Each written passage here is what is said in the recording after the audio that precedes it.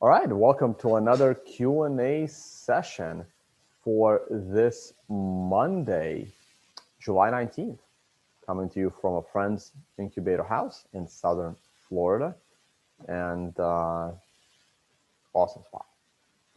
Okay, we got questions. The Bitfinex shorts have been going down over the past few days, and the longs have been going up. Is that an important metric for where the price of Bitcoin might be heading, or it's irrelevant? I personally think it's irrelevant because sometimes this crowd is completely wrong and get wrecked, or sometimes this crowd has some insider information and you don't know which it is. So to me, it's generally irrelevant. I will continue to look at the chart. I see that descending triangle, and I'm expecting that triangle to break down to give us the ultimate buy today. Next, can you look at NEO USD? That sounds like a shitcoin. From a TA perspective, what is your view how far this shitcoin can go down? All right, let's go find out. Okay. Move these QA questions out of the way here. So we're going to go here. We're going to open up our shitcoin list. And is NEO one of them? I don't believe that it is, so maybe we can add it. NEO USD. I guess Bitfinex will have the longer history. Poloniex will have the longest history. Let's do Poloniex. And of course, we're going to need NEO BTC.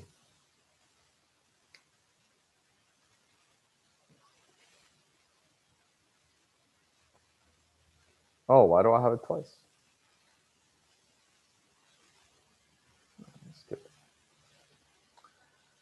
All right, NEO USD. The chart looks absolutely horrible. Look at that beautiful MRI sell on the daily chart versus the dollar. But all this shit is correlated with Bitcoin. Whoa, this thing is down. This thing was how much? How much? That's in dollars? Not like pesos? People are just stupid. 80%. Nah, it's not enough. This is a scam, guys. How dumb can people be? Anyway, we are breaking down below the prior swing low. We just got a red star candle. Your MRI buy did not materialize. You've now had multiple candles continuing the trend, and this thing can go down quite a bit. Where is the next level of support? Well, the next level of support is the prior swing high. That's not very far away. And if we break that support, there is no more support. It can go all the way back down towards 0 or 10 bucks or whatever the hell this shitcoin's for. What about Bitcoin versus Bitcoin? Yeah, so versus Bitcoin, it hit its all-time low in early 2000. Well, wow, beautiful MRI buy right there. Second consecutive MRI buy. Look at that. Look at that. Calls the low was the next day, but I mean, it still looks bad. MRI top right there calls it. Same thing. It looks identical. So they both look bad. So I think it's going to keep going down. I mean, that's a very bearish chart. Whether you look at it from a versus Bitcoin or versus the dollar. Versus Bitcoin, well, it's not cherry pick the top. Versus Bitcoin, you're down 60% versus Bitcoin. So yeah, I don't. It can go down for quite a while. Wait for the next MRI buy on the daily chart. The weekly chart looks horrible, horrible. That's not a good sign, not a good picture. It's not even on a red star candle yet. Yeah, this thing will probably go to new all-time lows. No one gives a shit about these blockchains. No one. No one. Who's coding this nonsense? Like, who's the developer? Who's running a node? Like, these are complete and utter trash. Like, people are just generally stupid.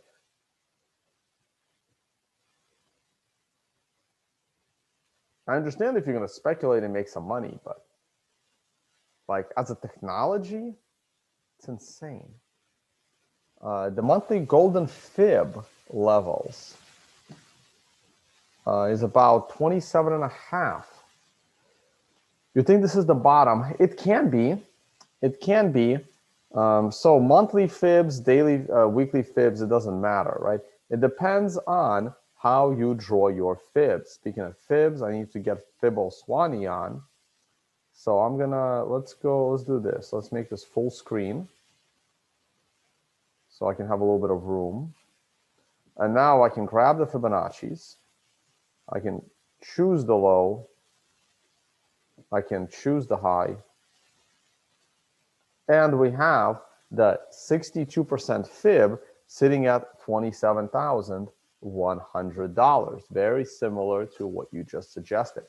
That is basically the only area that I would consider for a potential rebound other than all the way back to the lows of 20K. Now there's another fib sitting a smidge lower than that at 18.2. I don't necessarily like the 62 fib. My favorite fib is the 38%. 38 is my favorite fib. A 38% pullback is usually what I look for. Now we can also test the closing weekly lows, though it's better for the dailies instead of the weeklies. That adjusted not by much, but it does shoot it a little bit lower, surprisingly, 26.2 lower, okay? So keep that in mind. So I would rather switch this to the daily chart. I'll put it back. Oh, wait. I thought I can just hit the letter D and get daily. So what am I missing here? Is it 1D? Ah, there it is. Let's switch to the daily. And the reason I do that is because now I can put it on the daily close. And over here, I can put it to the daily close. And we get one more peak at where that line is, 27.1. So let's go with 27.1. One double.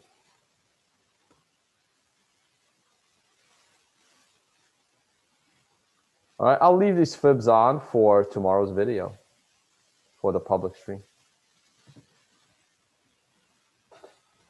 All right, more questions.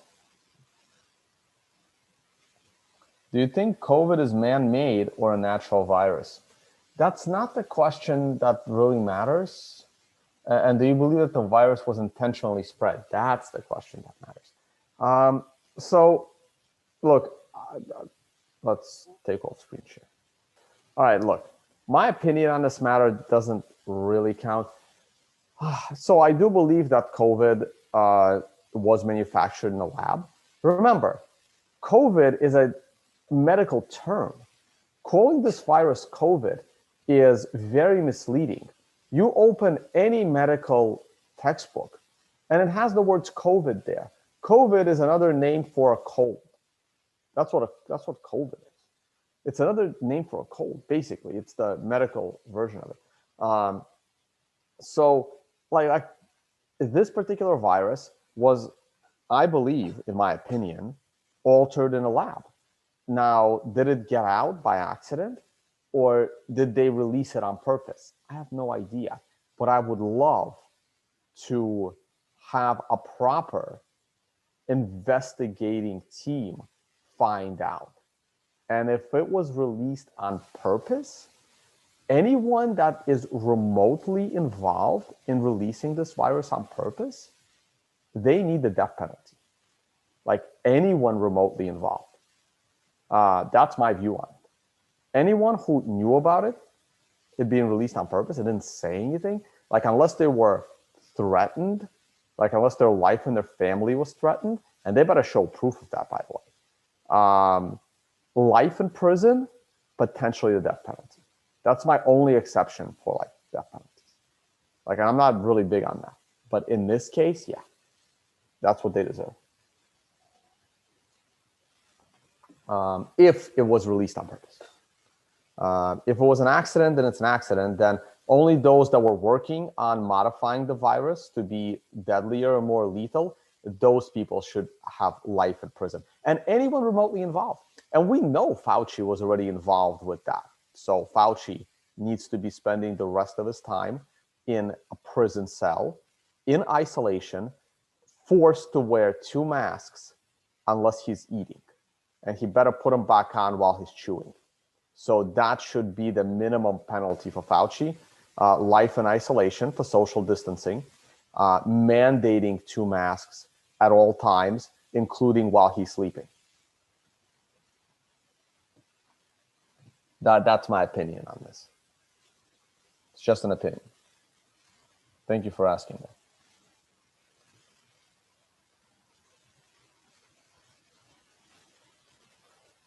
Which currencies do you think will act stronger for the next 5 to 10 years relative to other currencies? I don't know. It looks like the euro is getting stronger. The UK is just being stupid. The UK had a chance. Australia sure in hell won't. Canada won't. Looks like the US dollar is strengthening again. Just Bitcoin. Just hold Bitcoin. If Bitcoin is going to be skyrocketing because of all this nonsense.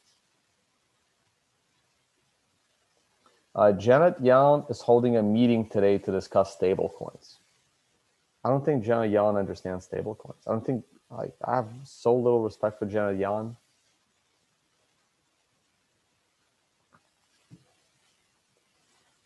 I don't really care. See, the elimination of stablecoins is really good for Bitcoin. Really good for Bitcoin. Yeah. Are you gonna turn the fish tank on? I'm gonna use the magnesium. Yeah, I mean, once you get it, it is. Yeah, fish tank's great.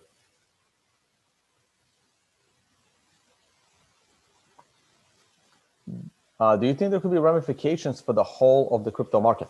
The crackdown on stable coins makes Bitcoin the stable coin between crypto. Like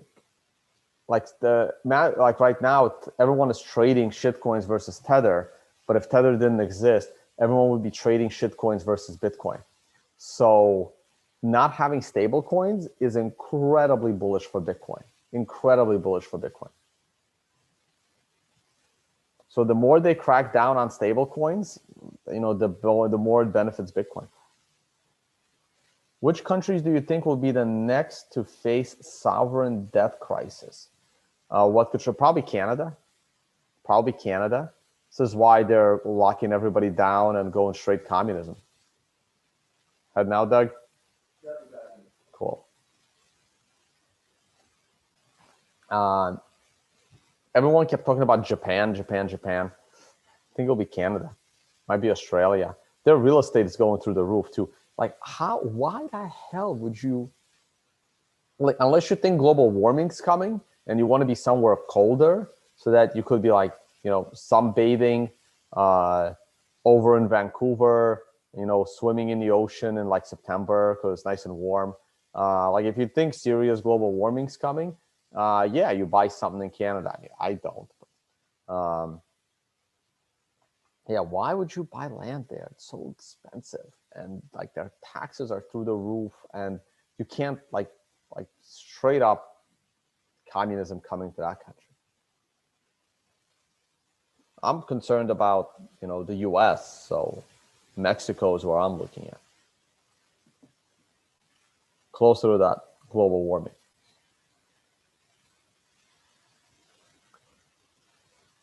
I really don't know. Like, it could be any country. Like, whoever is right on which country it was more of a guess. I mean, you don't know. Like, I still don't understand how Greece and Italy are still part of the euro. Like, how are they not kicked out by now?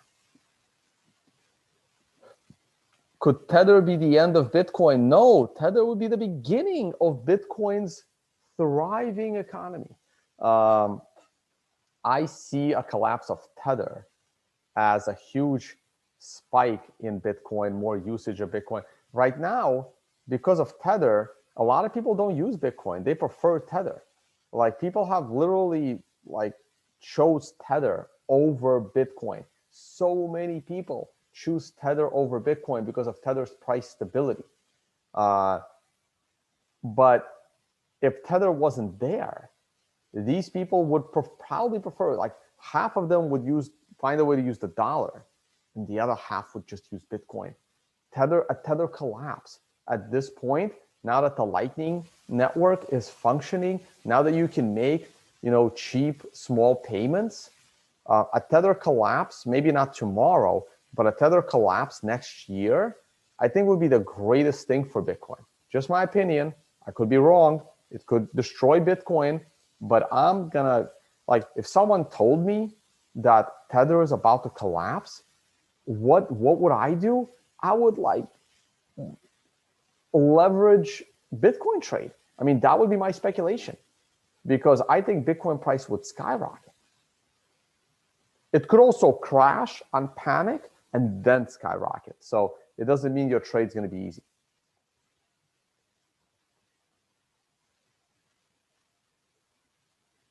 What is worse, high corruption or high socialism? Bigger of the two evils. Ooh, well, socialism is corruption. Like, the more socialism there is, the more corruption there is, because they just control everything. I think political corruption is the worst crime. To me, political corruption is the worst crime.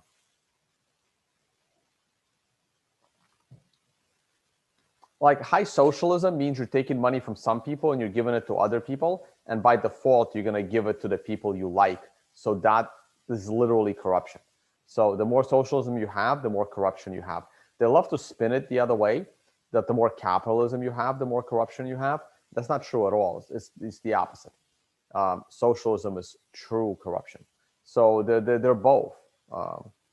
The more socialist the country, the more corrupt the country.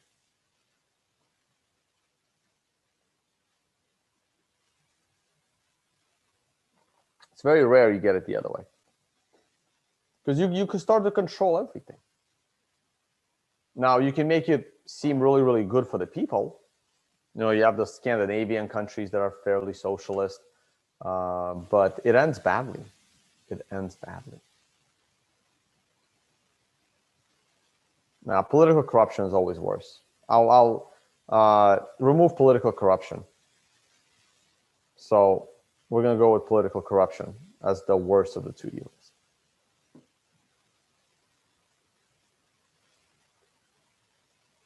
Why do you think the politicians... Oh, yeah, we got a lot of politics. Let me save the next politics question. Back to Tether. Will the first reaction of the market lead to a panic or immediate rise? See, this I don't know. I don't know. See, if I go back to screen share and we go to the stock market, weekly chart.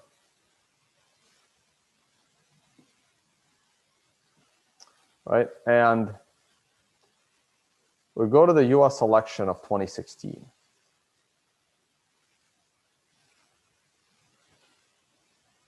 November.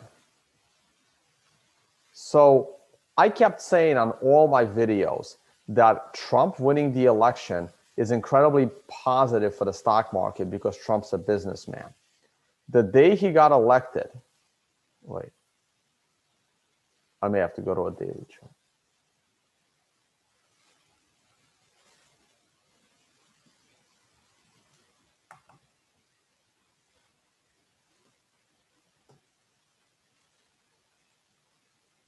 The day Trump got elected, right there, look at that. You can tell what day it was. Look at the initial reaction. Oh, I love the MRI buy here. See, this is how you can get screwed on a trade. So I've been saying how bullish it is for Trump to be elected. Just bullish for the market in general. And then everyone thought Hillary was going to get elected. And beautiful MRI buy 3 days before the election. This must have been Friday. Yeah, Friday, Monday, Tuesday. And then Tuesday is the election day. So the market's already closed.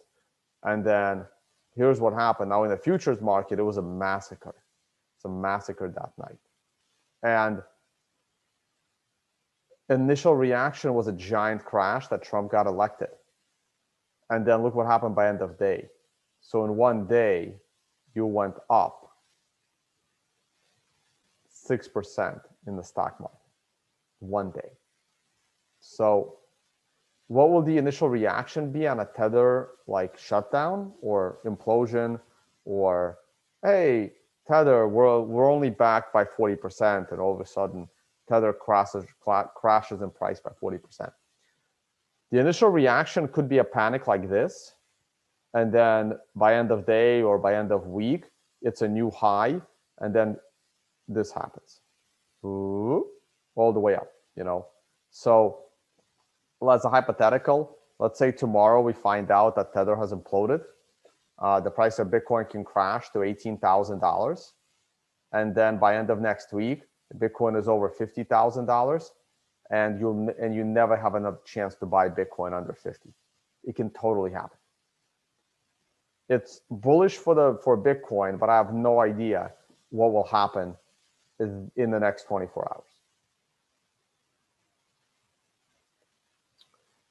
Do you think there is any country in the world that will be safe from this communist madness that seems to be heading our way?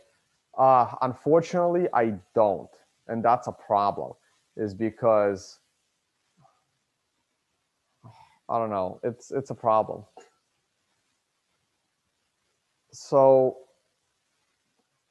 I've been saying it recently. It's going to be which country. I'm sure you guys have seen the movie Mad Max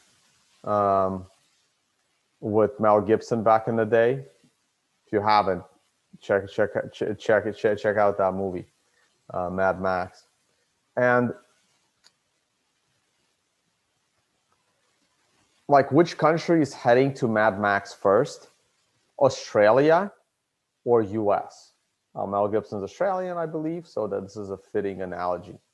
So if Australia implodes into like a Mad Max scenario before America, then the world could be better, because it would show that a country with zero gun rights and a lot of government nanny state imploded. But if America turns into Mad Max first, then it's a problem, because they're going to demonize the gun culture. They're going to demonize your gun rights. They're going to demonize your freedom of speech. They're already controlling all facets of speech. So it's just watch these two regions. Canada has some gun rights too, for hunting reasons. But Australia has no guns. So it's Australia versus US. Which one is gonna lose their society first? If it's Australia, US can turn shit around. If it's US, I think the world's fucked, because if it's US, if US goes to Mad Max first, then there will be not a single country in the world with gun rights. And when there is not a single country, there's a reason why United States can't put in a vaccine mandate, and that's because of gun rights. Now, the socialists are doing all they can to make your life so inconvenient. By the way, guys, in my circles, in my life, more people have gotten the vaccine for convenience instead of their health. This is the world we live in. Like, whenever someone tells me they have a vaccine and they're under the age of 50, I ask them why they got the vaccine. And almost every time the answer is, it makes my life easier, because now I can go, to certain places. I'll be able to get on an airplane. I'll be able to go to a restaurant. I mean, that's what Europe's doing right now. They're not allowing you. I mean, hopefully they'll let you go grocery shopping, but I don't see why they even allow that. Like, that's hypocritical, right? Like, why does someone allowed to go grocery shopping, but they're not allowed to go to a bar or a baseball or a football game, right? Like, if they're a danger to society by not being vaccinated, they should not be allowed to leave the house.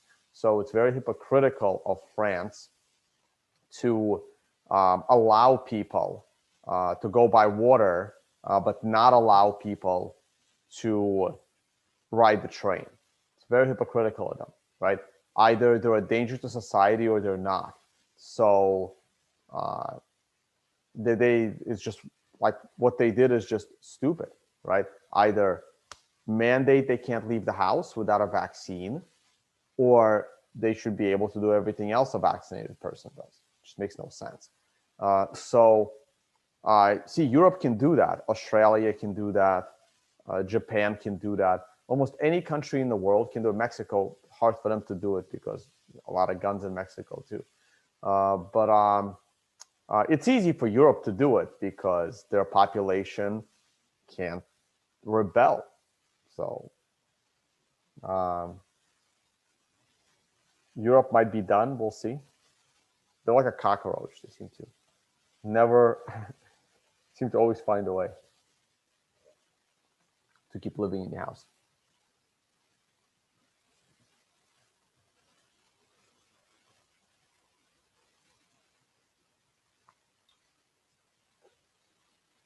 What are the problems with the euro as a currency, which you used to talk about? Which country is in the biggest problem in euro?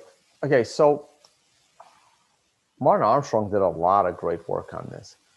Used to read his blog religiously. I haven't read his blog in a long time, which is really unfortunate.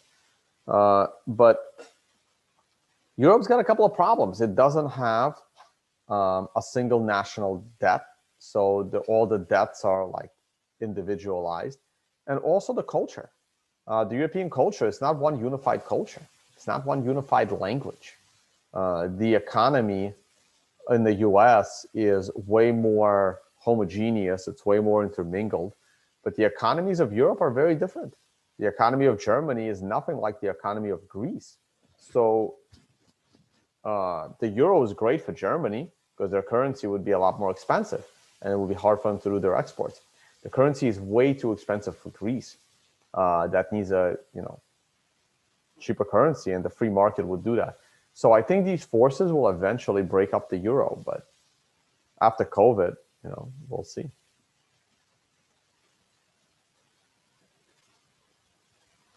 In Greece, they have already said that in the winter, the only people who will be locked down are the unvaccinated. Yeah, see, that's a more proper policy.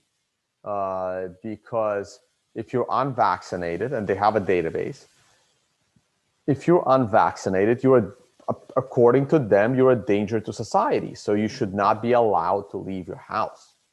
Not allowed. So they can do that because nobody there has a gun. So they can tell the population and make the population do whatever they like. The Greek people are basically subjects of their prime minister, who can make them do whatever the fuck he likes. Okay, right. So the unvaccinated are now not allowed to leave the house. Let's see if the Greek people are going to get off their ass and do something about it. But like I said, most people are complying. Not for health, not for their health. They're not complying because they feel that the vaccine is safe for them.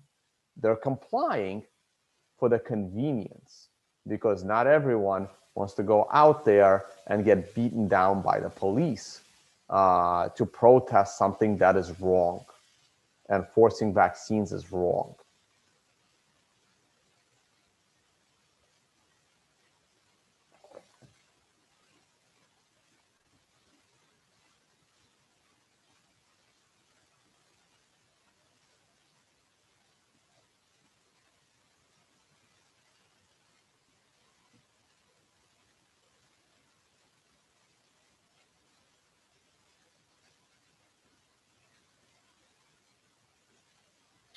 All right. We got more questions.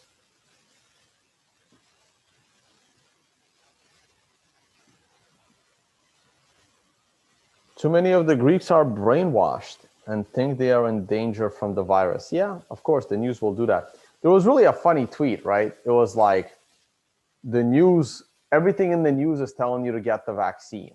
All the actors are telling you the vaccine. All the athletes are telling you the vaccine. All the influencers are telling you the vaccine. Every commercial on the radio is telling you to get a vaccine. And those that are against getting the vaccine are somehow seen as the brainwashed. How? How? All the brainwashing is done to force you to take the vaccine. So how are you going to call those that don't want the vaccine because it's more dangerous to them to take it than not take it as the brainwashed group? It's insane what's happening in the world right now. Insane. All right, back to more politics. What do you think the political choice for lockdowns in the first place? Don't they have brains to know it doesn't work? They do. But again, I can give my opinion on this. And why are more people reporting bad things about vaccines and opposing them? So people try to report bad things about vaccines, but they get censored. And who wants to lose their Facebook account? Who wants to lose their Twitter account? Who wants to lose their YouTube account? I can lose this YouTube account based on the shit that I said in this video. I can lose my Twitter account based on what I've been tweeting. And you know what? I'm ready. I'm ready. I'll do my videos on BitChute. I'll do my videos in other places, you know. So a lot of people don't want to fight. People don't want to fight. They don't. Us humans, like, we want to survive as a species. Like, we don't want to fight unless we're really put into a corner. The average person doesn't want to fight. Like, I don't want to be out. I mean, I was out there on January 6th to peacefully protest.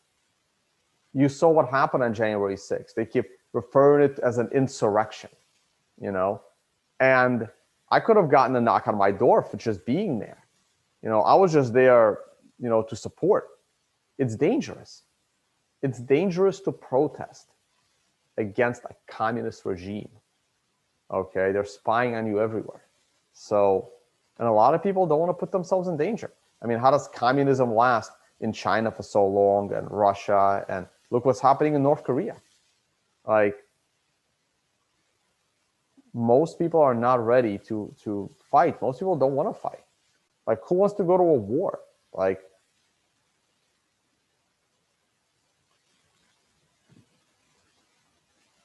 so why are they doing these lockdowns, and why are they doing these COVID passports? Here's my theory, and it's maybe a little bit biased based on my lifestyle. I quit my job a while back, and I am now a digital nomad. I have the ability to travel, live anywhere, and if you're not an American, that means you can pay no taxes because there's no double taxation going on. So the ease of travel, the ease of working on the internet, the governments were losing their power over the people. If people have such an easy way to travel and move around the world, and you're working on the internet, you're taking away their tax revenue. Because if you're European and you're working and and you can travel for a living, working for yourself on the internet, you can set up your residency in Dubai or other places and pay zero taxes. So the governments don't like that. The governments, they push for home ownership so that you can't leave. They want their subjects in their fence like cattle. Like, they want you to have a home, a stable home that they can tax, that you can't take with you. It's very complicated to buy and sell a home. Everything is designed for you to move around the world as least as possible. Yeah, go on your little vacation, go to Europe for a week or two, do your little vacation, but lifestyle.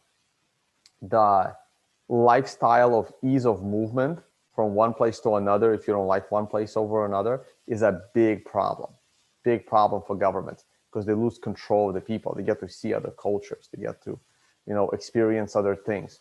Like, does North Korea want their citizens to go and visit other countries? Of course not. Okay. It's very similar. Now, a lot of countries built, like, were surviving because of tourism. Thailand, Indonesia, Bali.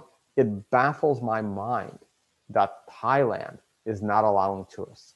Your entire economy is based on tourism. Bali, your entire economy is based on tourism. What are you people doing, right? So the leaders of those countries are more interested in total dominating control than actual economic thriving of their citizens. Because those countries are dying right now. All their jobs were tourism based, and it's done. Like, we're trying to go back to Bali for the conference, but I'm almost tempted to just say not this year. Like, Dominican Republic is potentially it was going to be like late next year, but we may have to skip Bali because, like, I'm scared that they're going to have vaccine mandates, and, like, I just don't see any progress on tourism, and the whole island is based on tourism. Mexico is where it's at, but maybe I'll move it to Mexico. I don't know. Mexico is allowing people. Let's see if they take that president out too, because he's anti-COVID mandated vaccines. Why are AML laws so bad? Oh, same reason. Complete total control. Has nothing to do with money laundering. Nothing to do with money laundering. It just control of people. Control of people. This is why Bitcoin is so dangerous for them, because they lose control of people. Freedom for people is very bad for any government entity.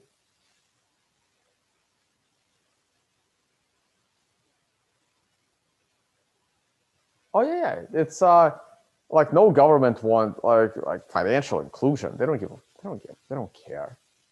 It's all about AML and KYC. It's all about surveillance and control, because if they can cut off your money anytime they like, you will never rebel. You will never protest.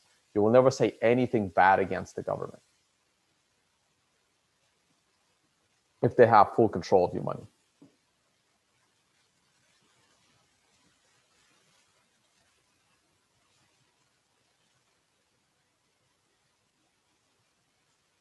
Well, eventually people fight, right? Like, people in Venezuela, people in Cuba, eventually you try to fight. Like, eventually it becomes, like, freedom becomes more important than your convenient life. Eventually, you know.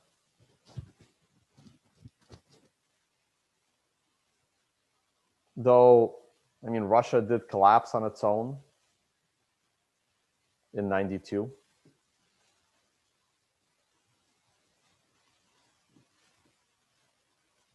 All right, guys, I need to get going and get some work done. So it's a good Q&A. I like that. I like moving the political stuff and the COVID stuff into this off the mainstream, and we covered some assets.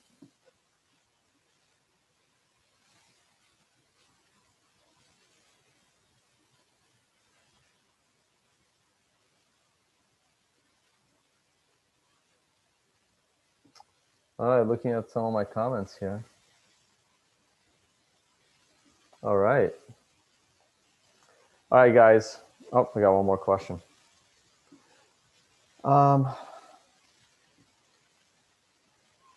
Feels better to have like a conversation on this, not me reading all this stuff. All right, last one. Doesn't government minimum wage laws cause more unemployment? Generally, yeah, usually. Wouldn't it be better if those didn't exist? I think it would be better if they didn't exist. And in Canada and Australia, also fixed minimum number of hours an international student can work isn't that bad as well. Yeah, well, they do that to protect, their local people. I mean, a bunch of cheap labor is going to come in from other countries, but that's how this country was built. This country, the United States, was built on cheap labor from other countries. That's how it was built. Awesome show, by the way. It's on HBO Max. It's called Warrior. It's about late 1800s. late 1800s, San Francisco, Chinatown, cheap Chinese labor versus the Irish, who are now the expensive labor, who used to be the cheap labor, when Irish were the main immigrant group to the US. If you haven't seen that show, Warrior, incredible show. And yeah, I mean, look, I don't know what the perfect balance is. I think minimum wage laws are bad. I think minimum number of hours worked are bad. But I think that bad working conditions are also bad. So I would center my laws on, bad working conditions or certain like abuses in the workplace. I would focus my laws on that instead of minimum wage laws and stuff. All right, hello and welcome everyone to another private Q&A session for this Thursday, July 22nd. All right, we already have a couple of questions. This should, I only have about 30 minutes, so let's see what we can do in that time. Oh, wait, I can't put it there. Close this stuff. All right. Let's go straight to screen share.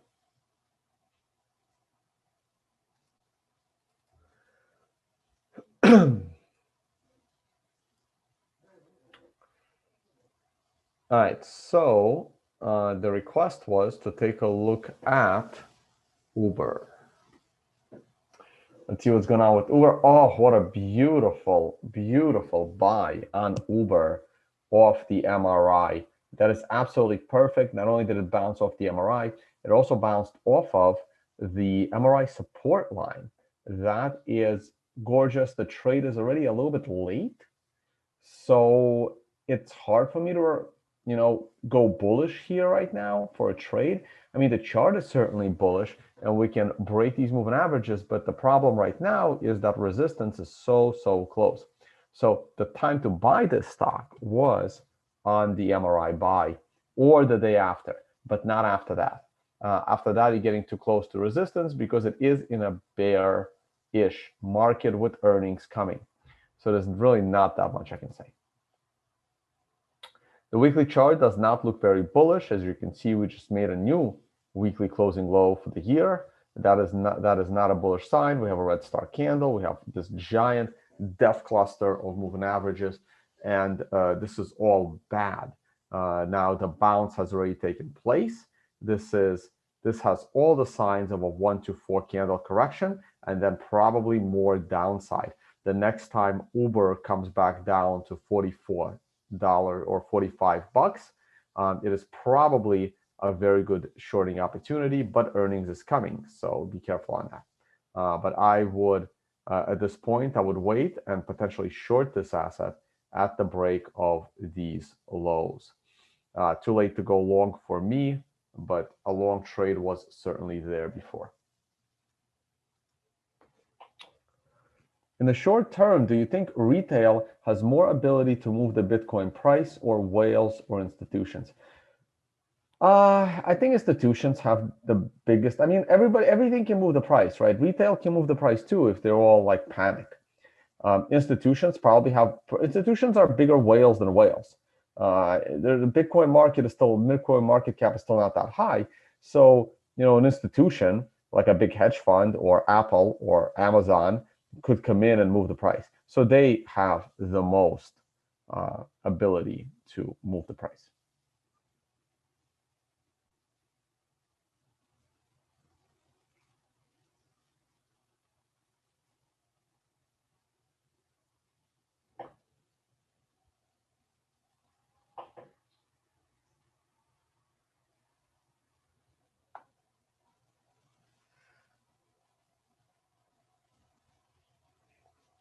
All right, next. Hey, Tone, you mentioned that Bitcoin is still bearish on the weekly, but bullish on the daily. What would need to happen for it to be bearish on the daily again, and for you to think we're going back to the mid-20s? Very good question. Thanks, Peter. That is a good question. Let's see. So on the daily chart, what would need to happen is fairly simple. We would need to close the daily chart below $31,000. We just need, we're gonna ignore this low. This low came in at under 31,000. So another daily close under 31,000 will make me bearish on a daily. Now, if that low comes on a red star candle, that it will certainly make me bearish. So let's combine the two. A close below $31,000 this month on a or right near a red star candle. That would flip the MRI to being bearish. That would put us back under as the second or third lowest closing low. And that would tell me that this bounce did not hold. So as long as Bitcoin stays in this triangle, I'm not that crazy optimistic. I still see this as a 1 to 4 candle correction to the upside, as a dead cat bounce until proven otherwise. So to me, this is a dead cat bounce to the upside, perfectly timed with the MRI. But it's not yet enough for me to declare the bull market is back. Good question. What exactly follows when a country defaults on its sovereign debt? So it depends on the country. So if it's a country that could be exploited by the Americans, by the USA, the IMF, the World Bank, if your country could be exploited, it will be exploited. That means they will take over your natural resources. They would, make sure McDonald's comes in and makes everybody fat. They would just, ExxonMobil, BP comes in and starts drilling for oil. They would exploit your country. If it's a country like Russia or China or the United States, nothing happens. It's totally irrelevant.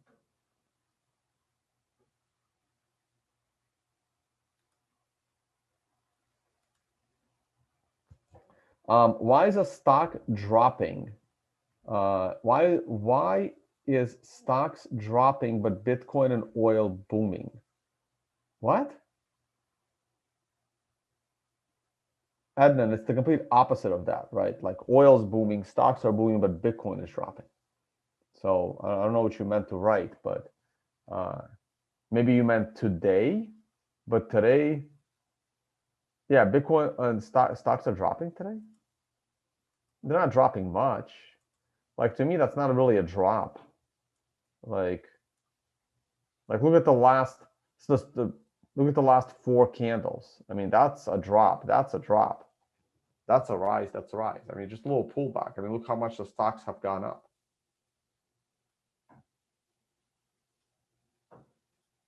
Stocks have just gone up 3% in like 2.5 days. So I don't consider that stocks to be dropping. I like to look at this stuff on a slightly bigger time scale. Why didn't the US election lead to a civil war, in your opinion?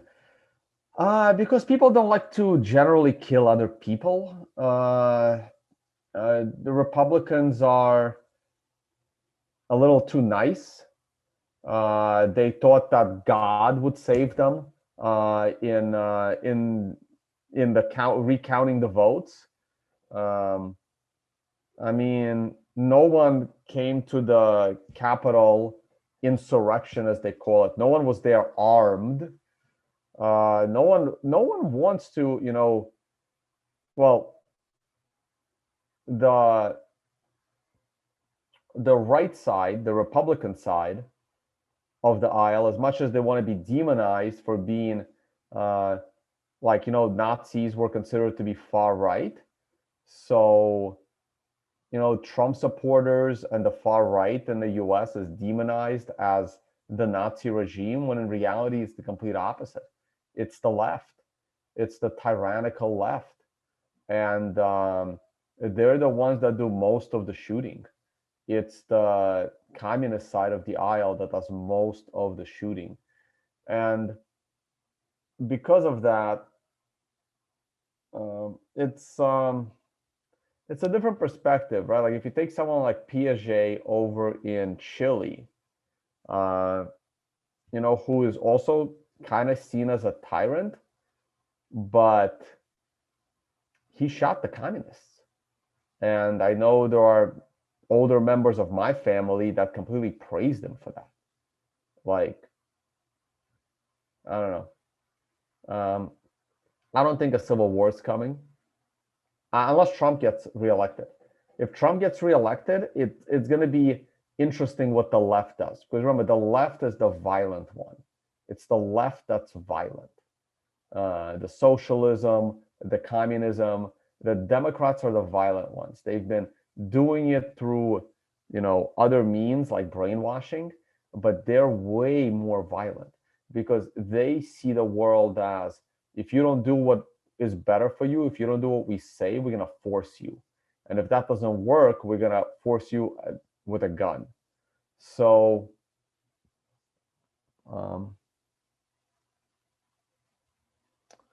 yeah, so that's basically the view. If Trump gets reelected, then a civil war is possible. But right now, I felt that Trump should have used the military and arrested so many. He could have arrested Republicans too. I was really hoping that in Trump's last few months, he would have used the military and started arresting congressmen and senators that are corrupt. Like arrest like 10 of the most corrupt congressmen and senators, and the rest would sing like a fucking canary.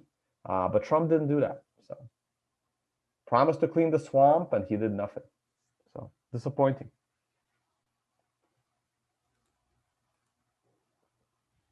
Why governments always want house prices to go up? Well, governments want all prices to go up of every asset. That's why they print so much money. But the Republicans the same way.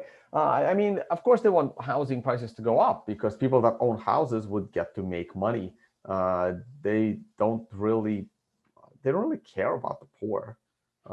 Just want to manipulate them into votes. Also, congressmen are the ones that own the most real estate. So of course they'd want it to go up. They want to make money on their investments. What are the chances we are wrong and the Bitcoin is in a bear market? There is a chance. It's not a very high chance, but there is certainly a chance.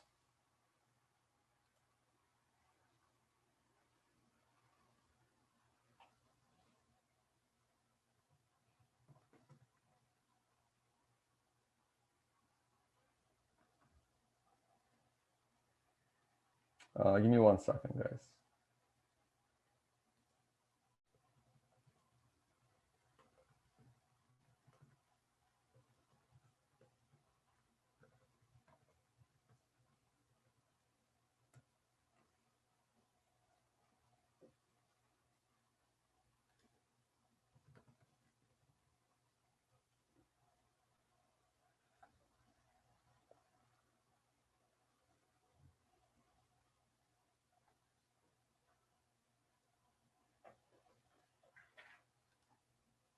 Yeah, so there's a chance we're in a bear market and we don't realize it. It's certainly possible.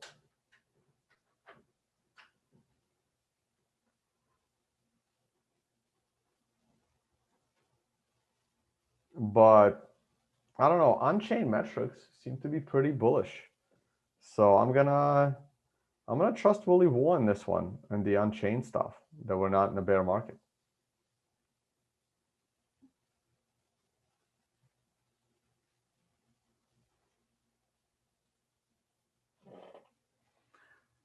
Do you think COVID measures by governments ever be lifted? No, I don't. I really don't. This is what got me so depressed this morning. I really don't. When we can see measures to be reduced or taken back, I don't see it. And which countries are likely to reduce tyrannical measures? They're not. The best way to eliminate tyrannical measures is not to start them to begin with. And every single country started them. I think Mexico is maybe the best country right now. You have other problems in Mexico, but they never took on the tyrannical measures of COVID. Tanzania didn't either until they killed their president, and now they're taking on tyrannical measures. So I just don't see it. Half of Europe is mandating quarantine. It's getting worse. It's actually getting worse. That's the problem. That's the problem. I mean, that's like depressing to see my Twitter feed.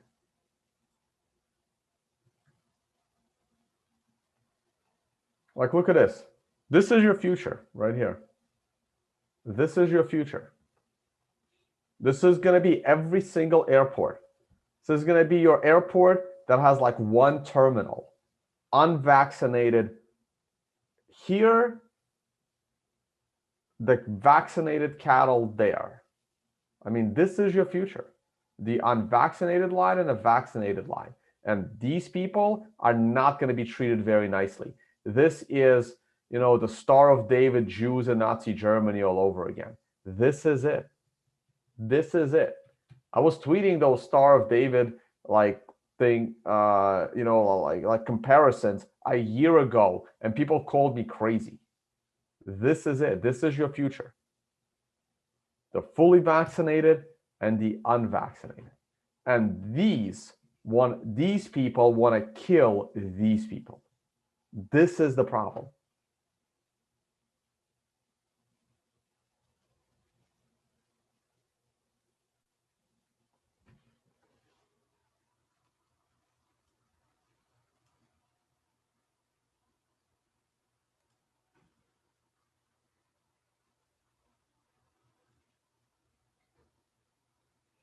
Oh, someone's asking a lot of political questions. Okay, JC, let's see what you got.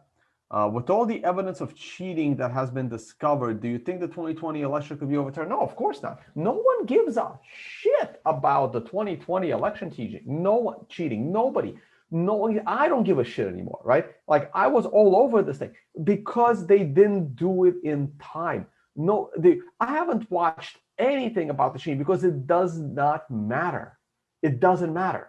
It's over, right? Like, it doesn't matter how much they cheated. Like, Biden himself can come out and say, I cheated, and no one's going to give a shit because it's too late.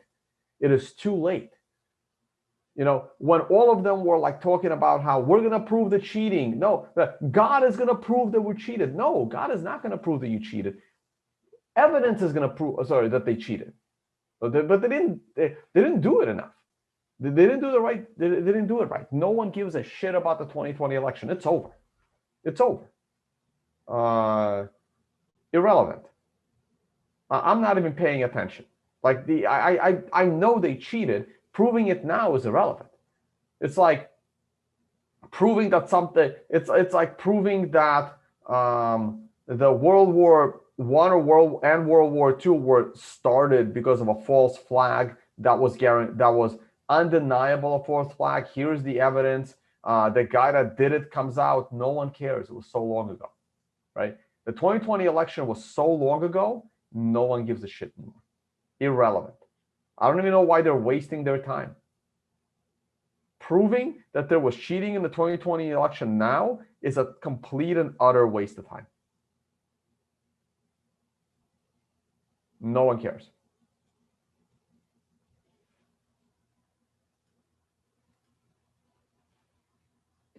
We'll do a lot of deforestation. Is that a problem? Or Earth can rectify all the damage of deforestation? Yeah, of course, with carbon dioxide. So the more carbon dioxide there is in the air, the more plants grow. So we are doing a lot of deforestation, and more carbon dioxide in the air actually will create more plants. So the Earth does have a way of healing itself. Because when we cut down more trees, obviously less carbon dioxide gets absorbed by those trees. We're also creating a lot of carbon dioxide. That's the global warming narrative. Now, the good part is that carbon dioxide does make plant matter grow. So deforestation is, of course, bad. we want more forests. Also, the habitats and the animals that are killed by deforestation, like an entire ecosystem could be destroyed. But it's all bad. You gotta try to incentivize people or convince them that deforestation is bad. But who are we to say, right? Like if Brazil is the one freedom country in the world, which I think they went into the measures as well. But let's say everyone now wants to move to Brazil. Who are we to tell Brazil, no, you can't have more people in your country? They would need to cut down some of the rainforest to accommodate people to live there. So we want to incentivize Brazil not to cut down the rainforest, for example. But at the same time, if the people of Brazil want to cut down the rainforest, they'll cut down the rainforest, right? If they have to make room for people to live there.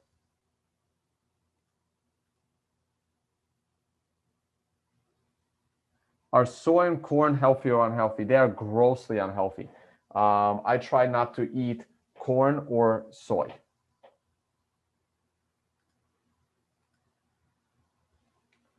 Just a comment. I want to be a conspiracy theorist. I believe COVID spread by mistake, but measures being taken with no logic and with no going back makes me feel all of it was intentional to divert attention to take our freedom. I know it. Look, it all feels that way, right? Like to me, I don't know if COVID was released on purpose or not. It's pretty clear that COVID had gain of function research to make it deadlier. Was it released on purpose or not? I have no idea. Was it released on purpose to eliminate Trump? I have no idea. Was the COVID situation, was every advantage possible used in the COVID situation to eliminate Trump and take away freedoms? Yes. They did not let this opportunity go to waste. That's obvious. Do you think there will come a time when you have no choice other than to take a vaccine? I think that time is almost here. I had a very unpopular tweet the other day. I almost want to teach the world won't even hear it, right? But I want to take the most deadliest vaccine possible and document the whole thing on video with like a camera crew following me around as I take all 4 vaccines to almost show the world how bad it can be.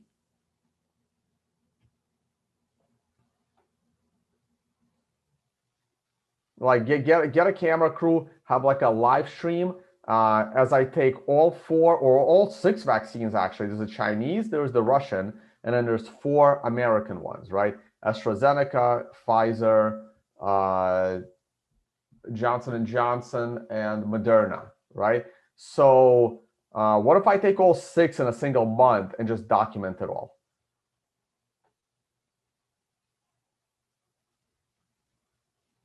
Like the doctors have to know how deadly these things are. Way more deadly than COVID. COVID will not even come close to killing me, but those vaccines sure in hell can. Not to mention destroy my immune system for the rest of my life.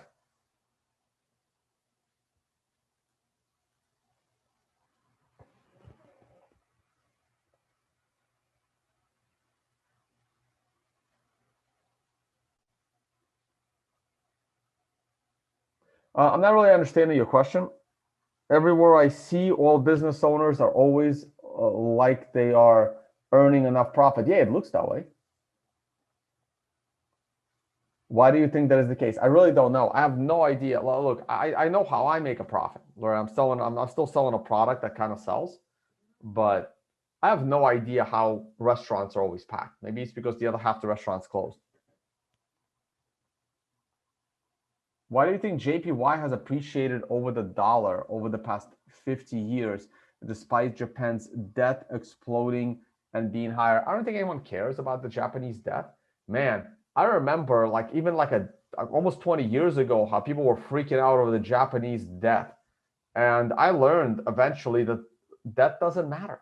It doesn't matter. If it mattered, like Japan would have, collapsed a long time ago. It doesn't matter. They just print and print and print and borrow and borrow and borrow. The Japan will not let. That's what I mean about small countries and big countries. Japan will not let the United States and the IMF come into their country and exploit their natural resources, which they actually don't even have. But so it doesn't matter. Japanese debt, it's irrelevant. Doesn't matter. Doesn't matter. Sovereign debt doesn't matter. They're all borrowing it from themselves. Who cares? Who cares? All right, guys, I'm gonna end. This has been I'll try to be cheerier tomorrow, or maybe I won't even do a stream. All right, guys. Thank you all for watching. We're gonna stop this one. I gotta get going. I gotta check out. All right. Maybe tomorrow. Bye, guys. All right. Hey, everyone. Welcome to another private Q&A session for this Saturday, July 24th. It's a little cold where I am out in the woods. And we have some questions, so we're going to go ahead and get to them. Since today is Saturday, this will probably be public tomorrow, so everyone will get to see it. All right, let's get to it. We have a question. What exactly comprises Federal Reserve balance sheet? That's actually a really good question. I haven't thought about this in a long time. Now, the Federal Reserve is all public information. So you can just head over to the federalreserve.gov website, and you can look up the Federal Reserve balance sheet. And they're not really breaking it down. They're just having securities held outright versus just the total assets. But that securities held outright, I mean, there should be an explanation here of what exactly they're holding, because I honestly don't know.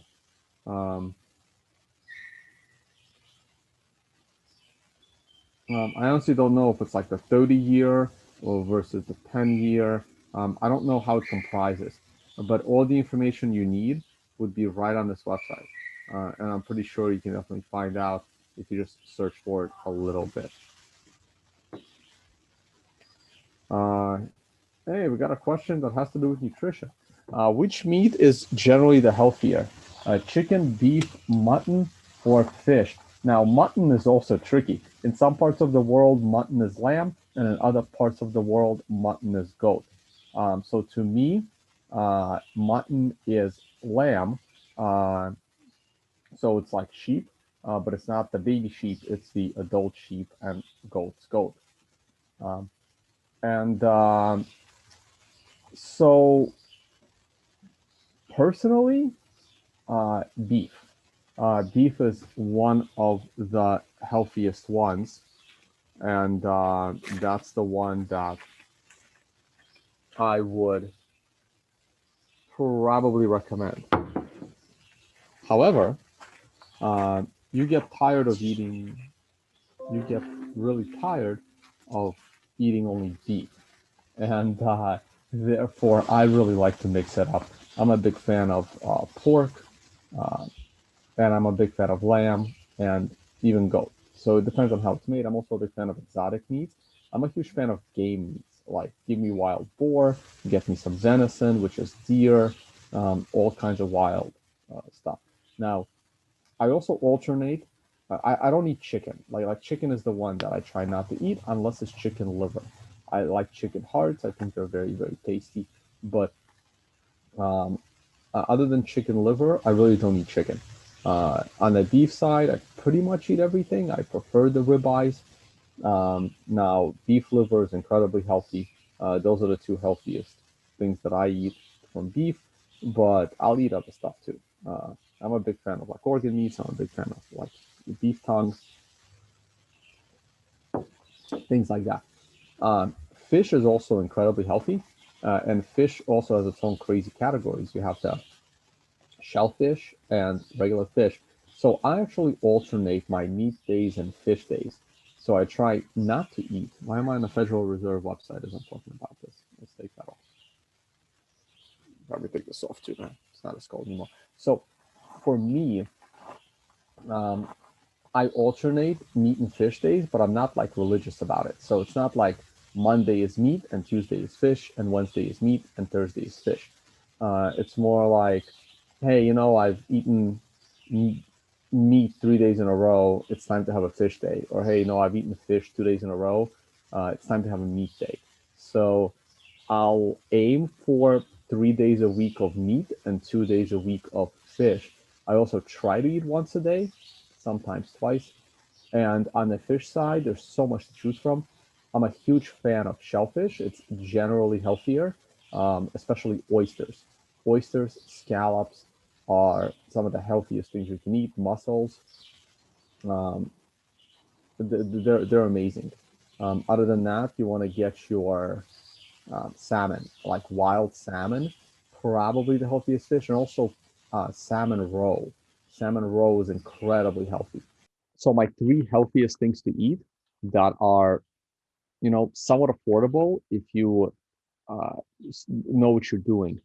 Uh, Oysters, salmon roe, and liver. Liver is always cheap. Salmon roe, you don't need to buy the fancy, expensive version. Just make sure it's real. You can go to a international food store, like especially a Russian food store, and they'll always have it. It's not that bad. It's like $20 a pound, and that would last you, or $20 for like half a kilo, and that would last you for a week. Just eat a little bit. It's like pure omega-3 vitamin, with so much more. And also oysters. I mean, if you buy them at a farmer's market, they're fairly cheap. It's like $1 an oyster. If you buy them in a can and just get them delivered from Amazon, it's like 50 cents a can, which has, or like actually it's like a $2 a can, but each can has like a dozen oysters in it. So it's an incredible value. It comes out to like 20 cents per oyster at that point. So you don't have to pay $5 an oyster at a fancy restaurant if you know what you're doing. On the fish side, salmon is incredibly healthy. Tuna is pretty good, but tuna is not a fatty fish. Fatty fish is generally healthier, tuna's really good. And like I believe trout and mackerel, and I have like a whole list. I have like my own spreadsheet on a lot of this stuff. Like my own Vays proprietary spreadsheet of food nutrition. I wish I had more time to do more research. But yeah, okay. Anyway, I think I spent enough time on this question. Though I do really like it. We do have to get back to trading. All right, now we're gonna get back to trading.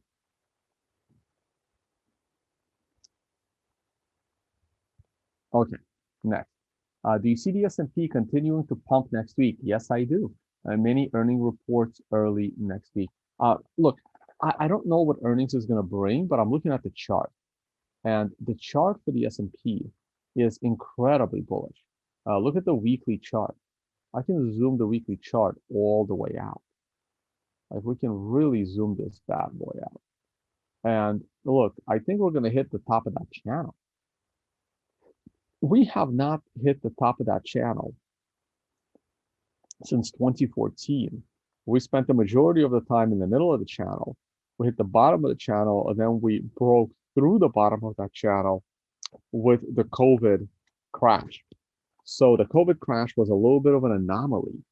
But since then, I think this anomaly is going to get counteracted by going to the top of the channel or higher. I definitely have a target for the S&P at 5,000, and we can even go to 6,000. I'm very bullish on the S&P 500. Look how bullish this week was. That's a beautiful candle. Beautiful candle. You are going to have a weekly MRI top in 2 weeks, so that could be a bit of a pullback if we continue going significantly higher. But I'm very bullish the S&P 500 earnings are not. When the government prints money, how exactly is it injected into the economy? That's a really good question. And so basically, the Fed buys these bonds from the Treasury. It's and they just use it to pay for stuff, right? Like, where do you think they get the stimulus checks? It gets injected to the banking system. It gets injected in the form of loans. It gets injected in a form of government can't pay their bills. So like the military and stuff. So they just inject it through paying government employees mostly. Um, but yeah, it's just the government trying to finance their bills and their operation.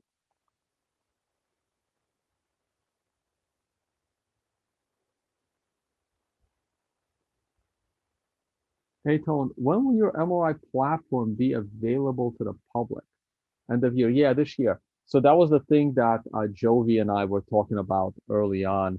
Um, I have the link here, but it's not.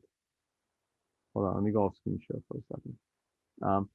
I just can't devote too much attention to it right now, but we are gonna launch it. I have a couple of people beta testing it. Let me talk to the guys. Maybe we can open it up a little bit sooner. And yeah, I just haven't had enough. I just haven't put in the time myself to use the system, and I need to like spend time using the system so I can answer people's questions.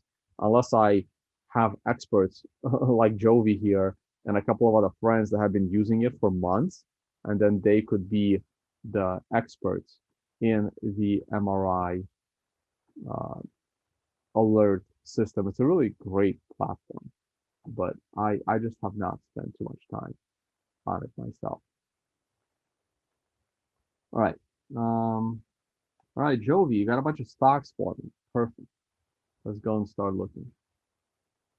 All right, I'm gonna start looking through your stocks, Jovi, but if you want to say something, just unmute. If you have like a follow-up question on any of these stocks. Okay. Cool.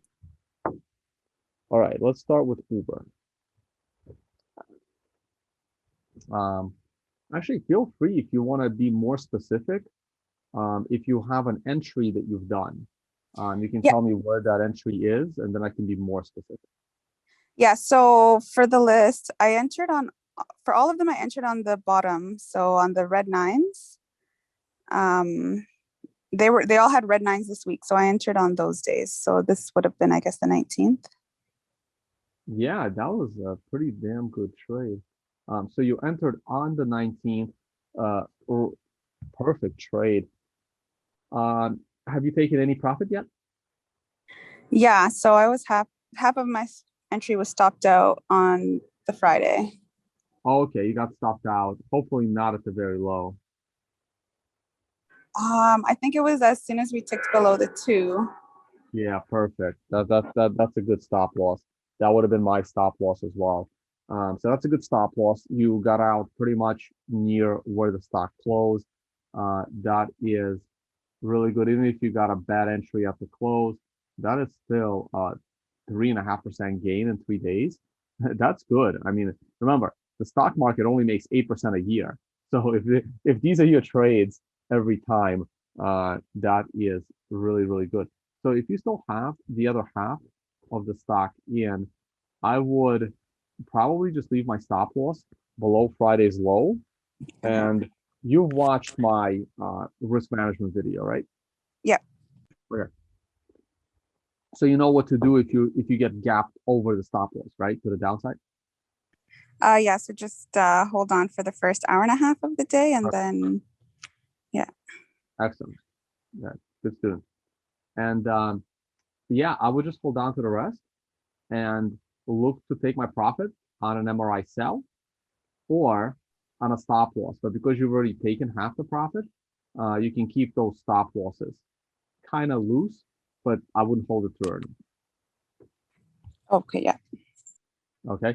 But yeah, I would set the stop loss below the low because that's a good low, especially if you break the high. So if Monday breaks the high of Friday, then I would be comfortable with that stop loss. And if this high is broken, I would then just set the stop loss somewhere. No, like just under 47.50 seems good. Okay. Okay. Next stop. Lift. Same thing. Did you buy right here on the 19th? Yeah. Oh, wow. Okay. That's cool. Now, okay, so let me ask you this question. What was the rationale of buying both Lyft and Uber? Because it's the same exact industry, it's the same exact, virtually the same company. and they have virtually the same signal. So what is the rationale into diversifying between two stocks versus just picking one? That's a good question. I didn't think about the diversification aspect. I was more so just entering based on the MRI signal. Okay. Because you're basically just giving yourself, I mean, it's possible you could pick the wrong one. Yeah. But if one is going to reverse, so is the other, right? I mean, because it's literally the same company. They Right. do exactly the same thing. But yeah, so same exact thing. Did you get stopped out of this one too, or no? No, it was just shy of my stop loss. Right. Okay, so there's your difference, right? So this one, your stop loss is probably right there. Yep. Yep. Excellent. So same rationale. Keep the stop loss. If it breaks out above this area, you can start tightening it up a bit. But yeah, so you get to see the difference between the two. One got stopped out, one did not. Yeah, so now you have a bigger position in Lyft versus Uber. Yeah. Okay, so let me ask you one more question. I hope the rest of the people are enjoying this conversation because I actually am.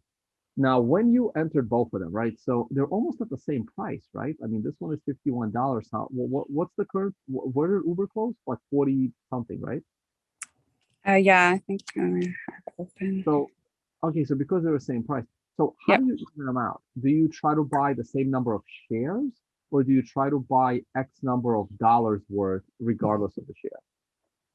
So I do X number of dollars worth, and then depending on how the 9 candle looks, I'll take a smaller or a bigger position. So for both of them, I did the same amount of money.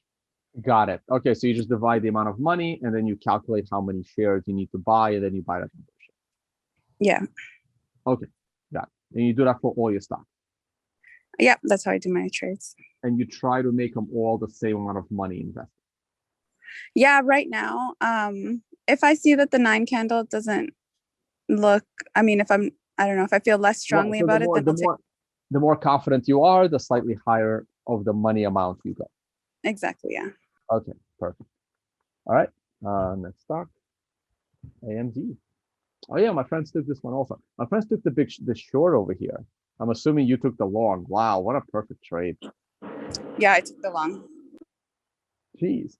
Have we made a bad trade in the last week? Pardon?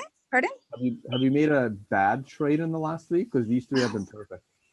You know, I think those are the only trades I took on. I saw a couple other red 9s that I didn't take on. Maybe I can't remember what they were. Red 9s or green 9s? No, sorry. Oh, so I was talking about the MRIs, right? So green arrows, you mean? Green arrows, yeah. Sorry, there was a couple green arrows I didn't take, but I can't remember what they were. I think these are the only ones I took this week, yeah. Wow, this is beautiful.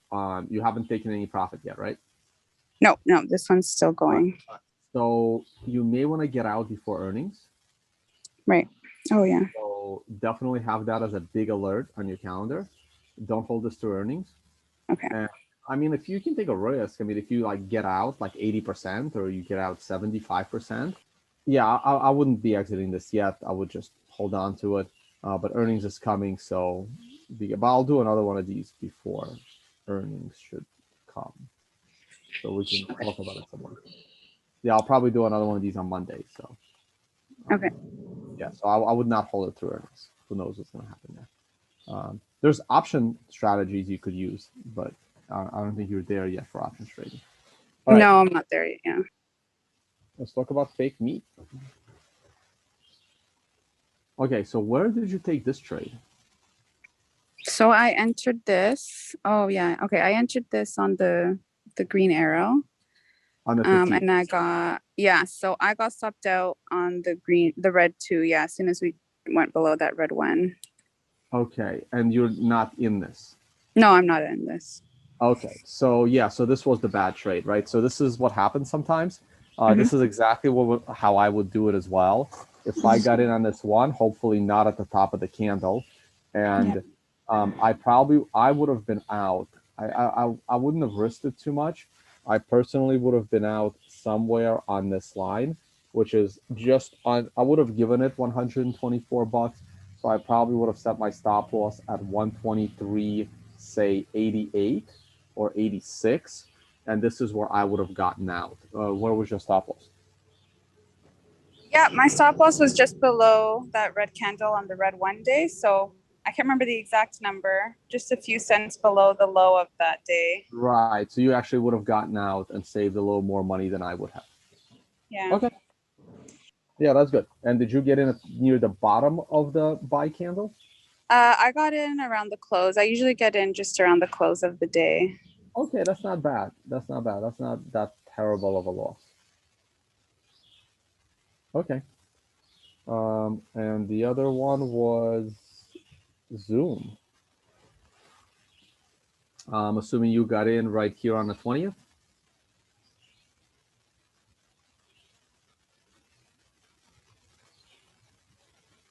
So yeah, I'd still be long on Zoom here. Yeah, so looks good. So far so good. I would just stay long with Zoom. Okay, thank you. All right, we got more questions. Oh, let me see how much time I have. I have about 10 more minutes.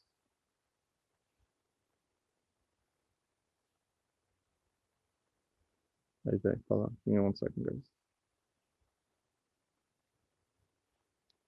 Okay. So, okay, let me get through the rest of these questions, and I will have to go. We're gonna end at the top of the hour.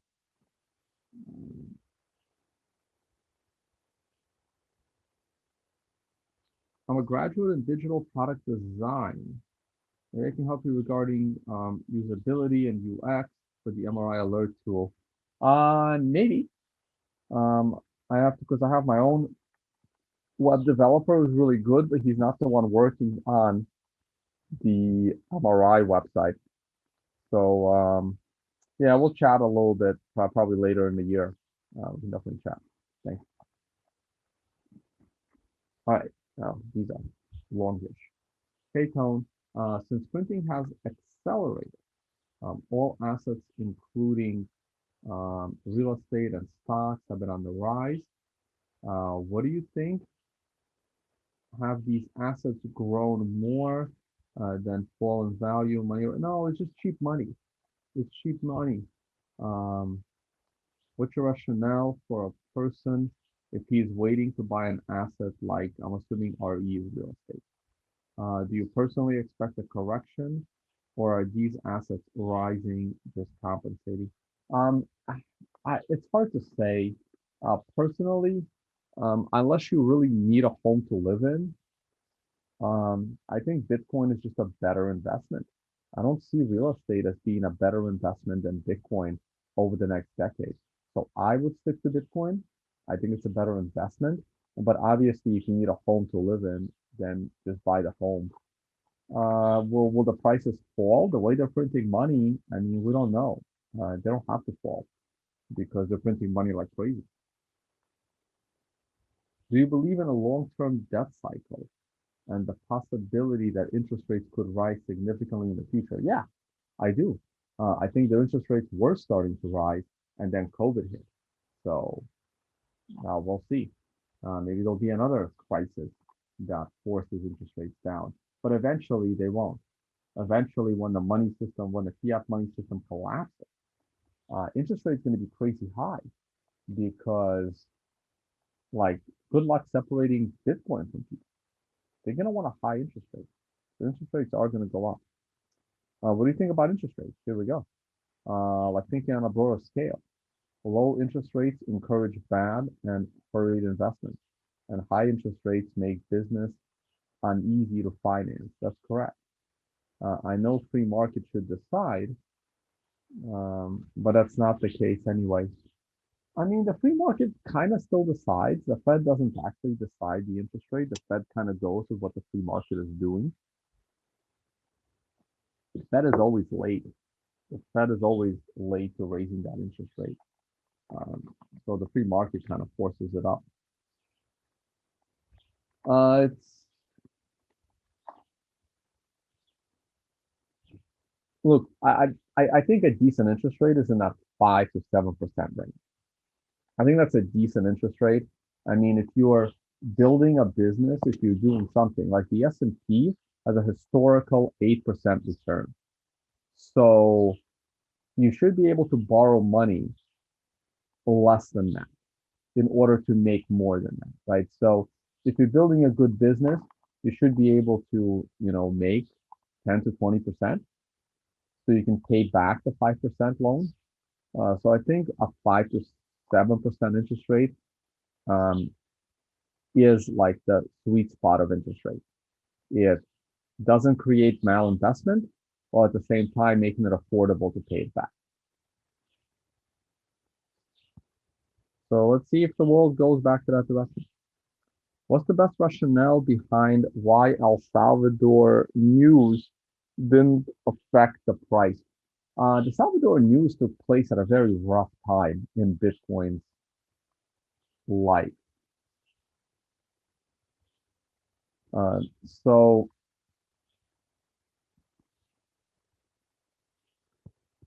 yeah, it was just a place at a rough time in Bitcoin's life.